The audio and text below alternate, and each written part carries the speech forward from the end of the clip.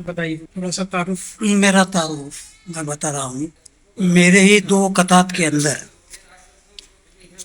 سنیے گا کہ داور کو سب کہتے ہیں پاگل.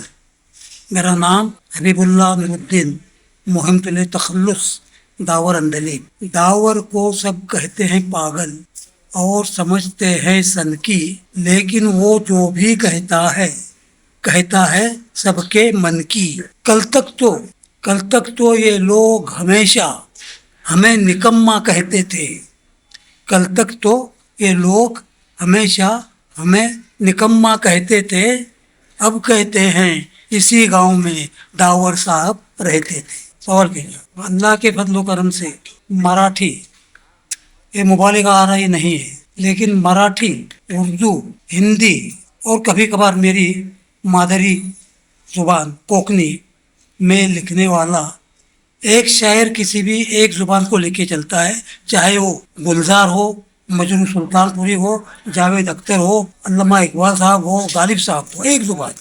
لیکن اللہ نے مجھے وہ کمالت کی ہے کہ میں 3 زبان لے کر تینوں کے زبانوں میں لکھتا ہوں. کچھ میرے اشعار تو ایسے ایک شعر سنا رہا ہوں کہ آپ اگر مراٹھی سنتے ہوگے، سمجھتے ہوگے تو آپ کو مزہ آ جائے گا. داور صاحب فرماتے ہیں کہ کال یعنی وقت، کالا نے ہسکاؤن نیلے سگڑے سبھے شہانے لوگ. وقت نے ہمارے پاس جو نامدار اور نامور لوگ تھے ان سب کو چھین لیا، انتقال فرما گئے. کالا نے ہسکاؤن نیلے سگڑے سبھے شہانے لوگ، صرف کتابوں میں ملتے ہیں اب وہ جانے مانے لوگ. ایک مصرع اردو، مراٹھی دوسرا مصرع اردو. اس ٹائپ کی بھی بہت سارے رچنائیں، بہت ساری تشکیلات میں نے کی ہے، لیکن میں اپنے بارے میں کسی کو بتاتا نہیں ہوں زیادہ. 2007 سے لے کر 2014 تک مرثیہ جس کو کہا جاتا ہے وہ الگ صنف سخن ہے. تو تقریباً میں نے 250-300 مرثیہ لکھی. اور مغل مسجد میں شیعہ کانفرنس کی طرف سے میرا پروگرام رکھا جاتا تھا. میں اندر سے مرثیہ لکھ کے دیتا تھا. اکبر نسیم صاحب وہ پڑھتے تھے اور باہر 10-15 ہزار لوگ ماتم کرتے تھے. ہے سمجھ میں؟ حمد ہو، نعت ہو، منقبت ہو، خمسہ ہو، غزل، اللہ نے. لیکن میں نے آج تک کوئی کتاب شائع نہیں کی.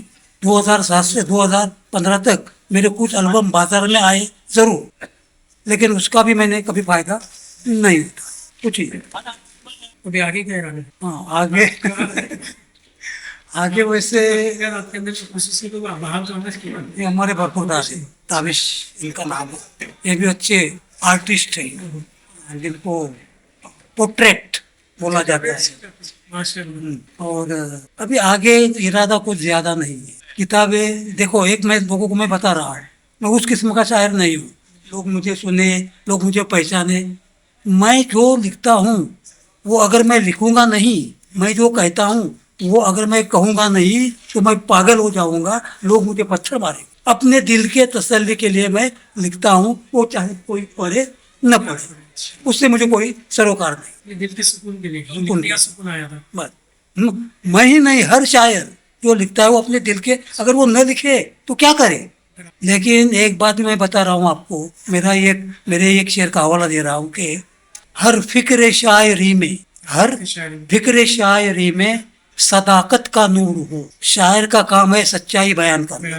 ہر فکر شاعری میں صداقت کا نور ہو. شاعر نہیں ہے وہ جو حقیقت سے دور ہو.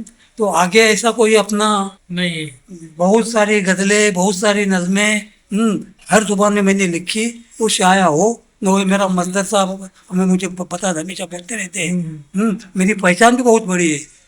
تقریباً 25 سال میں مراٹھی میڈیا کے اندر ایز دا کرائم رپورٹر میں کام کرتا تھا.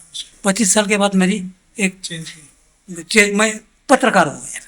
رپورٹر کو مراٹھی میں بولتے ہیں وارتاہر، اور پترکار کو، جرنلسٹ کو بولتے ہیں پترکار.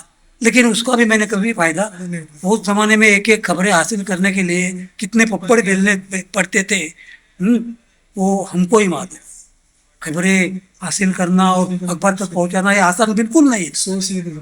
ایسی بات ہے. اللہ نے عزت دے، چار لوگ پہچان دے، عزت سے بازو میں بٹھا دے، میں جو بولتا ہوں وہ سنتے ہیں، یہی میرے لیے کافی ہے. شہرت کے لیے کوئی الگ میدان دیکھنے کی مجھے ضرورت بالکل نہیں ہے.